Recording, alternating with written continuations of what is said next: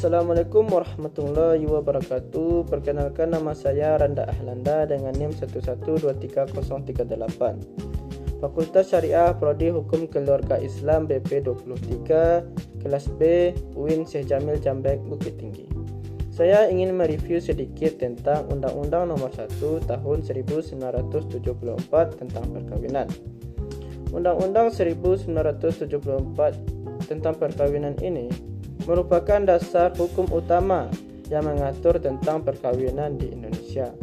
Undang-undang ini dibentuk untuk menyatukan berbagai sistem hukum yang sebelumnya secara beragam seperti hukum adat, hukum agama, dan hukum peninggalan kolonial. Dengan terbentuknya Undang-Undang 1974 ini, maka terciptalah kepastian hukum dalam institusi keluarga di Indonesia. Dalam undang-undang ini, perkawinan itu didefinisikan sebagai ikatan lahir dan batin antara seorang laki-laki dan seorang perempuan yang bertujuan untuk membentuk keluarga yang sakinah, mawaddah, warahmah, bahagia, kekal menurut ketuhanan yang Maha Esa. Hal ini menunjukkan bahwa perkawinan tidak hanya dilihat dari aspek hukum saja, tetapi juga bisa dilihat dari aspek moral dan juga dilihat dari aspek religius atau keagamaan. Salah satu prinsip penting yang diatur dalam undang-undang ini adalah keabsahan perkawinan, yang mana perkawinan itu harus dilakukan menurut kepercayaan masing-masing atau menurut undang-undang masing-masing, dan harus pula dicatatkan oleh negara.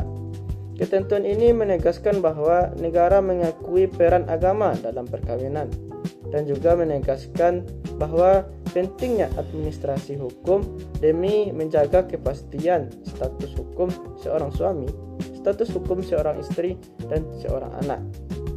Undang-undang ini juga mengatur tentang azas monogami, yaitu azas yang menyatakan bahwa pernikahan itu hanya dilakukan satu kali atau satu pasangan, tetapi juga membuka peluang kepada seorang suami untuk melakukan poligami, yang mana harus melalui syarat dan ketentuan yang ketat seperti persetujuan dari pengadilan agama dan persetujuan dari istri. Selain itu, diatur pula batas perkawinan, yang mana awalnya batas perkawinan itu bagi laki-laki adalah 19 tahun dan bagi perempuan adalah 16 tahun.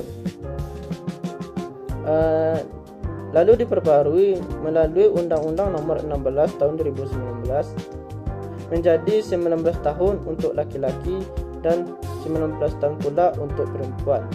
Hal ini bertujuan untuk melindungi terhadap anak dan juga upaya untuk mendorong kesetaraan gender.